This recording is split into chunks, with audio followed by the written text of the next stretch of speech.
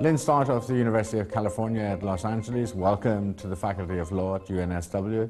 What's the point of your lecture? The point of my lecture is I think it's time for us all to look around and say, you know, we may have made a dreadful mistake in the way we've been thinking about corporations. I have to tell you, I adore corporations. They have done enormous amounts to bring peace and prosperity to the world. But the last few years, I would say their record is not quite as strong as we would like it to be. And I trace that to a very mistaken idea, I think, that has become quite popular around the world. And that is the idea that the purpose of the corporation is to maximize shareholder value.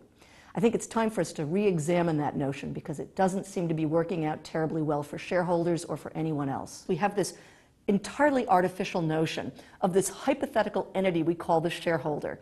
And the shareholder, in quotation marks, cares only about the price of the equity of a single firm.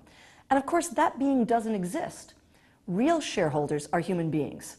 And human beings have lots of interests above and beyond what happens to the share price of a single corporation tomorrow. As a member of the Board of Directors of the American Law School's Law and Economics Association, when did the scales lift from your eyes?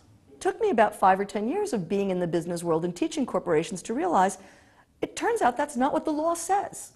And it isn't what the law has said for a very long time. And you say this as a law professor? I'm saying this as a law professor. This is a legal fact. There is no legal duty to maximize shareholder value. That's an ideological overlay that's been taught to business leaders and taught to corporate lawyers, but you won't actually find it in the law itself. At least you certainly won't find it in US law. To what extent does the academic community itself, and in particular the legal community, have a responsibility for effectively teaching an ideology? Oh, we've been bad. We've been very, very bad, unintentionally. I think one of the reasons why shareholder value thinking, or this idea of shareholder primacy, became so popular was because it's so simple. It's so easy. It's easy to teach. It's easy to explain. It makes corporate law look pure like physics. It's something you can capture in a mathematical model. If we can get people to revisit the mistaken idea, I think we can probably turn the business world around and get it going in, if not the optimal direction, at least a much better direction. I think of shareholder value thinking, it's a lot like fishing with dynamite.